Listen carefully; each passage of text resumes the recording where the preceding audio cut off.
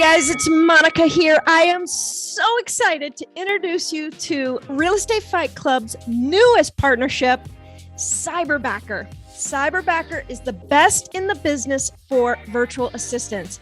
How do I know this? Because I am a Cyberbacker customer and I love this company. I have my favorite, Frances. She is my Cyberbacker, been with me for over a year. She's amazing. She makes me better. She's eager to help. She's on time. She's disciplined. She's awesome. And this company, Cyberbacker, has figured out the system from the interviewing process to find out what I need, to the interviewing process to interview several Cyberbackers, to the onboarding process, to the training process. Very buttoned up, very awesome.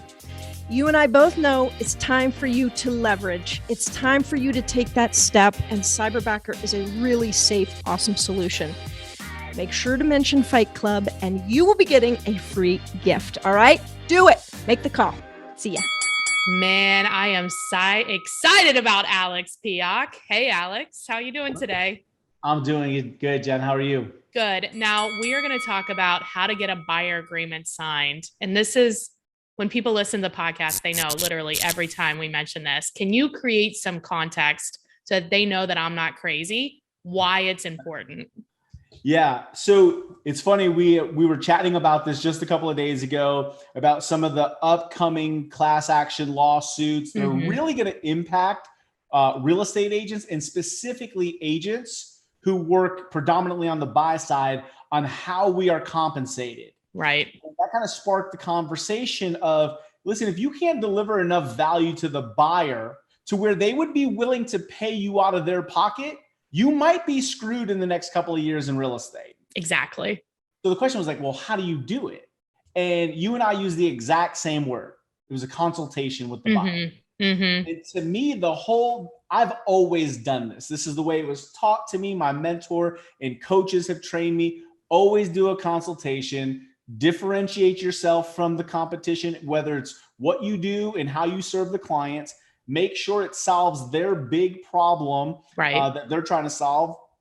And then the close to, would you like to work together? Becomes really easy. It's a natural ending. Like, it's like getting a listing agreement signed. It's a natural ending for them to hire you after the conversation, right? Like, I can help you. Absolutely. But don't you think that's like the biggest kind of hurdle is like agents that represent buyers, they have a hard time displaying their expertise and what they're going to do for the client. And the buyer maybe has the impression that they're going to find the house anyway. And that agent's just like opening the door. So how do we explain to them that that's not what we do? I mean, that is a piece of it, the tiniest piece of everything else. Yeah, it's funny because you said it's the tiniest piece, and it is. It's actually a piece that I sell off and pay people to open doors for me. Right. And that's another podcast we need to talk about. Like, listen, I'm not a door opener. Like, I actually deliver incredible value to you. Now, how do you do that? You really have to understand what are the biggest challenges buyers are going through right now in your market. And this can change. In the marketing world, we call it your unique selling proposition, your USP, right? Like, what is it that you do that solves their problem in a really unique way to where the customer would absolutely want to do business with you? Right. And that changes based on what's happening in the market. But you've got to identify what's the biggest struggle. So over the last, 18, 24 months. I was going to say 2 years, right? Inventory's been the challenge, right? I mean, in almost every market. So what I did is I pivoted my unique selling proposition to off-market listings. Yep. Because buyers couldn't find homes. And if they did, guess what? They were pending. Competing, right? Or competing, and the values were getting driven up. Right. So they had multiple concerns. Can I find a home? Can I get my offer accepted? So my off-market strategy, where we'll go into the neighborhoods that you want to live in, identify sellers who are thinking about selling that you don't have to compete against other buyers and overpay for. Yes. That was like, I'm listening. Music to their ears. Yep. Sign here. And that's where I've always been trained, is look for the problem, find a solution, and that can become your hook or the reason why they want to do business with you. So as the market is shifting, what do you anticipate the problem is going to be? Yeah, that's a great question. So we're starting to see inventory levels really come up, which is phenomenal. So now the other side is interest rates and affordability. So can we do something unique and creative that solves a problem for affordability? I'll give you a great USP. When the market was really normal and I was selling homes, I'm in Texas now, but I was originally licensed in Connecticut. I used to do a guaranteed cash in your pocket. So I could say, buy a home with me and save and put $9,000 cash in your pocket guaranteed. So now buyers looked at me like, damn, you're going to pay me $9,000? Right. And the truth is, when you can get a seller to pay closing costs are dollar for dollar. Every dollar in seller's concession is one less dollar a buyer takes out of their bank. Well, I knew I could get 3 to 5% seller's concession on every deal I did. And guess what? So could every other realtor in my market. Right. The only difference is I spun it into unique selling. You quantified it, right? Made my phone ring off the hook. Like, so you're saying if I buy a house with you, I'm going to put $9,000 cash in my pocket? Absolutely. Yes. And then you do it through the closing costs. But I think I like what you're saying here is like, okay, what do you do as an agent? Like, what makes you a great agent? But I also think that believing you're a great agent is where it starts. Do you agree? Yeah, you got to have a ton of self-confidence. And I'll tell you in the beginning, it's hard. So what I dove into, I got licensed at 20 years old. Let's be honest. There was not a lot of people lining up to work with me saying, hey, I'll buy and sell my biggest asset through you. You seem all right. You're 19, 20. So I became a market expert and I studied the statistics in the trends of my market. And this was before you could buy all these tools like Keeping Current Matters, Real Market Reports. That does it for you. Right. They do it for you for like $50 a month. Right. I used to do it all on an Excel spreadsheet. So average days on market, list price, sales price ratio, inventory levels. Like I knew everything that was happening and I could speak about the market in a way that other realtors really couldn't communicate. Yeah. Like, damn, this guy knows the market. And that became the advantage of working with me. I knew I could get sellers concessions. I could make purchasing a home with me more affordable. I could articulate that to the buyer. And a lot of it is how do you articulate your value? I always say value unarticulated is value unappreciated. Well, period. Of course, that's it. And that's the thing. Like if you don't tell the client, buyer or seller, what you're doing to help them get to their goal, they think you're doing nothing, right? I mean, yeah, they think you're like everybody else. And that's the problem in real estate. They think you're a commodity. So they do business with whoever's the cheapest. Yeah. So I always focused on differentiation. You know, what makes me unique? How do I solve their problem? What's the value I could deliver? So for an example, when the market, this is going back in Connecticut time, let's say the average list price to sales price ratio was 96%. So that means the average seller was dropping 3%. My buyers were at like 94.7%.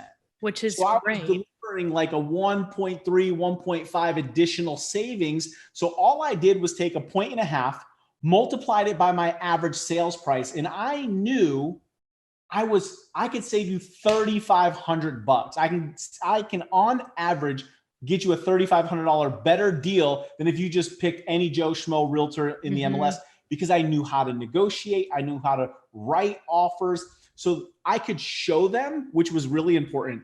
When I did my consultation, I could say, hey, here's what the market's doing, 97%. Let me show you what my buyers have been paying for the homes over the last 6 or 12 months. And I would say, so my buyers are saving 1.5% on average, which means in your price range, I would do the math, just working together on average, I'm going to save you about $5,000. Yeah, that you can use to buy furniture or whatever. Now, I hope you're catching that this is why math is important, right? Learn math.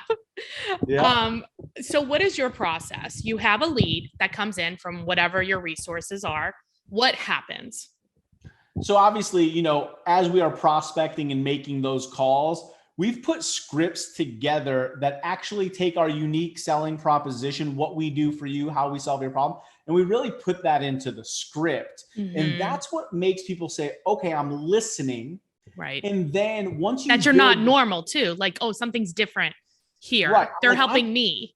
100%. Like my script isn't like, how many bedrooms do you want? How many bathrooms? When are you buying? And what's your price? That's all self-serving for me as the real estate agent. Right. I'll build rapport with them. Hey, tell me about this upcoming move. Why is it important to you? How's this going to impact your family? Tell me more about that. Tell me more. Why is that important? Those things get people to really open up and tell their real story, their real motivation, in the real time frame. Once I knew real timing, real motivation, I could then make that unique offer. And I say, would something like that even interest you? And they'd be like, they're like, hell yes. And then it was simple. Great. All it'll take is about a 15-minute get together. I'll show you exactly what we could do to help you do that and get you into a home by whatever time frame you said you needed to be. Right. And that's it. And then you're meeting with them, and then it's like, then they just sign the buyer agreement, right? Because you're like, great, you want to. With my consultation is I review timing and motivation again, just make sure nothing has changed. Okay. I talk to them about what they're looking for in the home. And then I let them know, I say, hey, is it okay with you? I always ask permission. If I spend about 5 minutes letting you know exactly what's happening in today's market so you can be prepared. Just say yes. And this is where I educate them about the number of offers, what type of list price, sales price ratio we need to be looking at. I break it down by their price point. I educate them on the market so that they're confident and they're not caught off guard when I say, I know the news is saying real estate is shifting, but we're still getting multiple offers in Dallas and you got to go over asking, because that might be completely opposite of what they've been hearing for the last month. Yeah. Always do that. And then, also probably how like you can help them with for sale by owners and new construction and off-market properties and all this stuff, right? Okay. I have an entire slide deck that I go through. So it talks about the market and then what we do to solve their problems and help them. Okay. And once I go through my slide deck, it's super easy. Hey, based on what I show you, are you confident in working together is going to help you find the right home, negotiate at the best price and terms, and help you avoid costly mistakes? And they're like, yes, and yes. Great. Would you? Oh my God. If they talk to another agent after talking to you. So I asked that question. I'm like, has anybody ever taken the time to explain this to you? And they always say no. That's crazy. Let me ask you, Monica and I got in a fight on the podcast on if you should go first or last. Like if somebody's interviewing you, what do you think? What order do you go?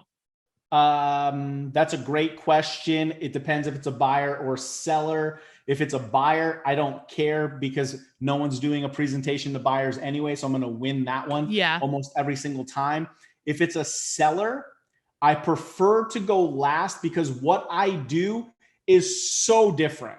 Like if I go first, people are almost going to think everybody does that. When I go last, they can compare and be like, and then when I ask the question, has anybody taken the time to show you this? Has anybody else demonstrated? And it's no, I've destroyed my competition. The risk is they could list with somebody before you. I know. I'm surprised, actually. I thought you were going to say first. I've got a system and process for everything.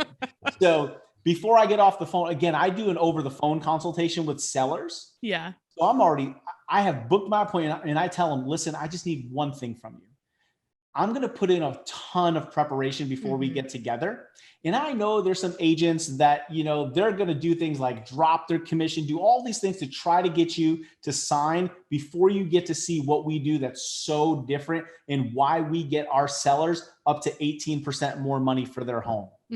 All I'm asking is for one favor. You don't sign anything till you have at least seen what we can do. Yeah. And what I found in my 20-year career, almost nobody breaks that promise. Now, there has been times where I think I'm going last and somebody cancels an appointment. I'm okay with that because the first question I ask is, how'd your appointments go? Right. Are you all done?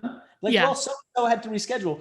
Great. Great. Well, hey, my purpose today is to really take a look at your home so I can go back and crunch the numbers now that I've actually put my eyes on the house, because I think it's crazy that realtors show up with a number and never looked at your home. It depends, Alex. We're going to fight. I think we have lots of things to fight all day long and make it work. But here's the thing.